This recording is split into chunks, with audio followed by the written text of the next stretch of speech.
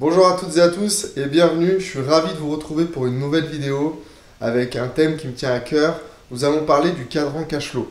Alors je sais que c'est un thème qui a déjà été évoqué, que vous avez plus ou moins déjà entendu parler, mais il est extrêmement important de le maîtriser et de pouvoir évoluer dans les différentes catégories. La première catégorie dont j'ai envie de vous parler, c'est la catégorie des employés, des salariés. Alors ce que je vais vous dire maintenant, ce n'est pas du tout péjoratif. Si vous êtes salarié, employé, prenez-le bien et faites une belle carrière et allez le plus loin possible. Et si ça vous convient, tant mieux.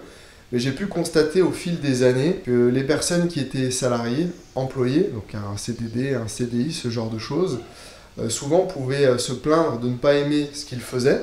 Alors moi qui parle souvent de la passion et de aimer ce qu'on fait, c'est quand même une chose super importante pour pouvoir continuer, faire une carrière et évoluer à long terme. Et d'un autre côté, parfois les gens aiment ce qu'ils font et tant mieux, heureusement qu'il y en a. Mais par contre, ils se plaignent un petit peu de ce qu'ils gagnent. Le coût de la vie, c'est dur de conjuguer tout. Les fins du mois difficiles, beaucoup de personnes les connaissent en tout cas. Donc je dis juste que cette catégorie, elle peut être très intéressante et bonne parce qu'on parle souvent d'emploi alimentaire, elle est même essentielle, elle est même nécessaire. Donc il faut la continuer. Mais ensuite, on a une deuxième catégorie, ce sont les indépendants. Alors qui sont les indépendants? Je vais vous donner un exemple pratico-pratique. Par exemple, une dame qui est coiffeuse, qui a un CDI dans un salon de coiffure, peut-être qu'elle peut se plaindre de la catégorie d'avant des employés. Elle se dit, je me lance à mon compte. Et du coup, elle va peut-être être coiffeuse à domicile et elle va coiffer d'autres dames, d'autres personnes à domicile. Donc potentiellement, elle est plus libre, potentiellement, elle peut gagner plus d'argent, mais elle a quand même plus de contraintes et de risques face à l'indépendance. Tout ce qui va être le côté déjà paperasse, comptabilité, mais surtout pas de clients, pas d'argent. Alors que si elle était de nouveau ou encore salariée, elle aurait son confort de son salaire, mais si elle a décidé de sauter dans la case des indépendants, c'est pour mieux vivre et se donner une chance d'aller plus loin. Nous allons maintenant reprendre une nouvelle catégorie, la case et la catégorie des entrepreneurs, des chefs d'entreprise.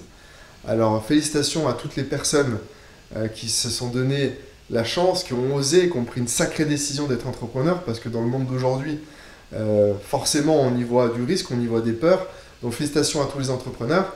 Alors un entrepreneur, pour le définir, eh bien tout simplement c'est une personne qui va créer sa société, qui va avoir des salariés, qui va mettre un système en place de franchise, peu importe la thématique et le domaine, d'une PME à une multinationale, c'est vraiment très large.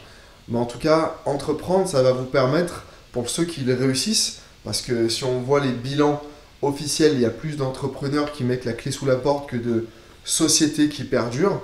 Mais en tout cas, c'est se donner la chance d'avoir à terme, je dis bien, et quand une fois on est dans le succès, dans la réussite, d'avoir plus de temps pour soi, parce qu'on a mis une équipe en place. Donc forcément, on a même mis potentiellement des personnes à des postes qui maîtrisent mieux ces actions que là, mais qui font partie de votre entreprise. Donc vous, ça va pouvoir vous dégager plus de temps à un moment donné, même si quand on est entrepreneur, on bosse tout le temps, mais surtout plus d'argent. Et le but est d'atteindre une liberté financière et d'avoir un confort de vie largement supérieur à la catégorie des employés ou des indépendants. Et ensuite, on vient sur une nouvelle catégorie, la catégorie numéro 4, qui selon moi est la plus intéressante, parce que c'est comme ça qu'on va pouvoir faire le large financier, d'avoir une liberté, d'avoir du confort. C'est la catégorie des investisseurs et de toute forme d'investissement. Et là, on va parler de différents actifs et on va parler notamment de revenus passifs. Lorsqu'on parle d'investissement, on peut parler de différentes catégories et on parle notamment d'actifs. Donc l'actif, j'ai envie de dire le plus connu de tout le monde, est l'actif dormant, mais moi j'aime bien le rebaptiser l'actif mourant. Ce sont des personnes, par exemple, et j'ai même envie de dire que c'est tout le monde, qui ont de l'argent en banque. Mais l'argent en banque, à cause ou via l'inflation, sachez que de laisser de l'argent en banque stagnant, vous perdez de l'argent. C'est un fait. Prenons un exemple. Imaginez que l'inflation est de 10%. Eh bien, si vous laissez de l'argent en banque, forcément, vous dévaluez l'argent que vous avez sur ce compte bancaire. Ça, c'est le premier exemple. Le deuxième exemple, si vous prenez un livret A, on se rend compte que le livret A ne rapporte plus rien de nos jours. Et du fait de l'inflation aussi, c'est pas avec ça que vous allez gagner de l'argent ou vous enrichir, sinon ça se serait, et croyez-moi, on serait tous sur une île au chaud les doigts de pied en éventail. Donc moi, cette catégorie, pour moi, ce ne sont pas des actifs dormants, plus des actifs mourants. Il faut vite bondir dans une autre case d'actifs qui sont les actifs tangibles. Donc dans les actifs tangibles, il y a différentes catégories, différents services auxquels on peut souscrire, auxquels on peut démarrer. Nous avons notamment les investissements immobiliers, chose peut-être la plus connue de nous tous. Vous allez pouvoir faire par exemple de la gestion locative, des actes plus de marchand de biens, via une SCI, une SARL, même à titre personnel, en bien propre, peu importe.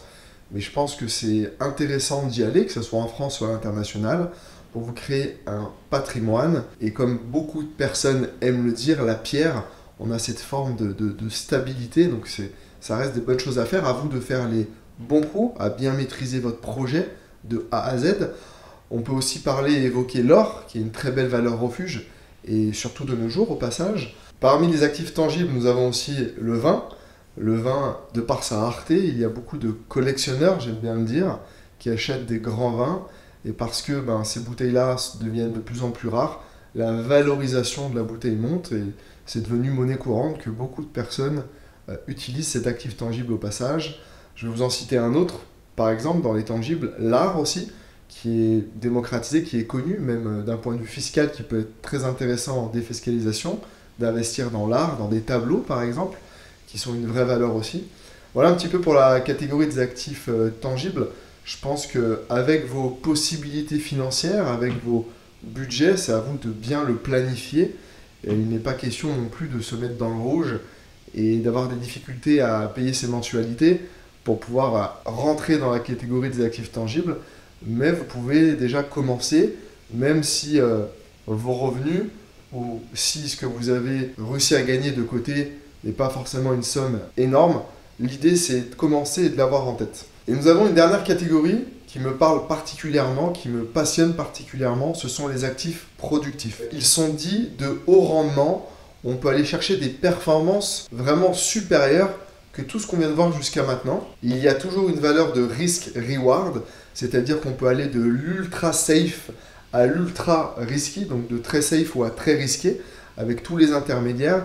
Mais je vais vous parler de ces deux actifs productifs qui me tiennent à cœur, où au passage j'y suis depuis des années et j'ai pu me développer, j'ai pu même financièrement atteindre une forme de liberté financière grâce à cela. Donc le premier actif dont j'ai envie de vous parler, ce sont tout ce qui est lié aux crypto-monnaies et à la blockchain. Alors le monde de la blockchain et des crypto-monnaies est un monde large. Je ferai une vidéo sûrement dédiée, je vais même faire plusieurs vidéos dédiées à la crypto-monnaie, à la blockchain et tout ce qui l'entoure, car il y a beaucoup à dire. Sachez que du contenu à ce niveau-là arrivera au fur et à mesure. Mais sachez, je pense que c'est juste bien d'avoir un pied dedans. Entourez-vous de personnes qui savent et qui vont vous dire comment le faire au départ. Ça serait, je pense, d'ouvrir un portefeuille de crypto-monnaies, tout simplement comme on ouvrirait un portefeuille d'actions boursières. Vous achetez peut-être des crypto-monnaies du top 15, vous prenez 5% de vos avoirs, 10% maximum de ce que vous avez de côté, et vous achetez différentes crypto-monnaies. Voilà, juste pour vous initier, pour ceux qui découvrent ce monde-là, pour toutes les personnes qui sont plus experts et qui ont déjà une vraie forme de réussite à travers ce monde-là, félicitations, on reviendra sur des vidéos plus précises et plus techniques dans le temps. Et un autre actif productif qui est extrêmement performant pour tout le monde, j'ai envie de dire, je vais même dire pour monsieur et madame tout le monde, de tout âge, de tout niveau social aussi, c'est le marché du Forex. Et plus particulièrement le trading de Forex. Alors il y a plein de façons de faire le Forex de trading.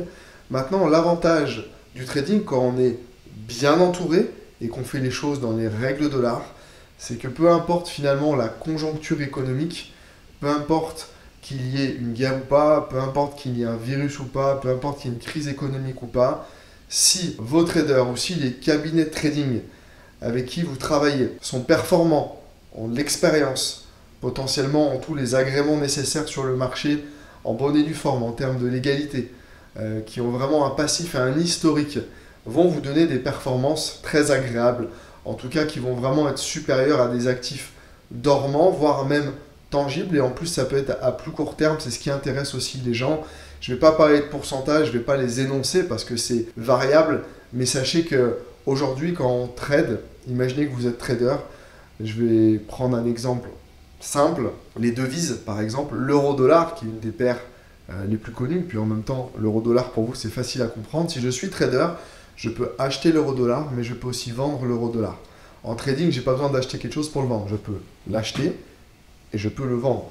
C'est-à-dire que je peux parier à la hausse. L'euro-dollar va monter dans les prochaines minutes, les prochaines heures, les prochaines journées, les prochaines semaines, les prochains mois. Mais je peux aussi directement vendre l'euro-dollar. L'euro-dollar va baisser dans les prochaines secondes, minutes, heures, mois, etc. Si ma prédiction est bonne, si j'achète et que le marché part en haut, au moment où je clôture le trade, je vais empocher de l'argent, je vais gagner de l'argent. Si par contre il part à l'inverse et que je le clôture, potentiellement je peux en perdre aussi. Mais je suis juste en train de vous dire que des groupes de trading ou des cabinets qui sont performants vont être capables, dans l'analyse chartaire, d'analyser les marchés correctement et de sortir positif chaque mois, chaque trimestre ou chaque année et vous donner des performances intéressantes, vous, en tant que client. Concernant les 3 actifs que nous venons de voir, les actifs dormants, les actifs tangibles et les actifs productifs dits à haut rendement, je pense que pour vous, l'objectif, c'est d'avoir un pied dedans ou 2 pieds dedans, mais surtout, ça va être d'apprendre à doser votre argent correctement. Chaque personne qui va écouter cette vidéo a un profil financier différent. Peut-être qu'il y a des personnes qui ont 1000 euros de côté, d'autres 10 000, d'autres 100 000, d'autres 1 million. Évidemment, ce n'est pas le même projet, ce n'est pas la même répartition. Plus votre potentiel financier est fort, plus nous pourrons mettre en place des choses sur mesure pour vous.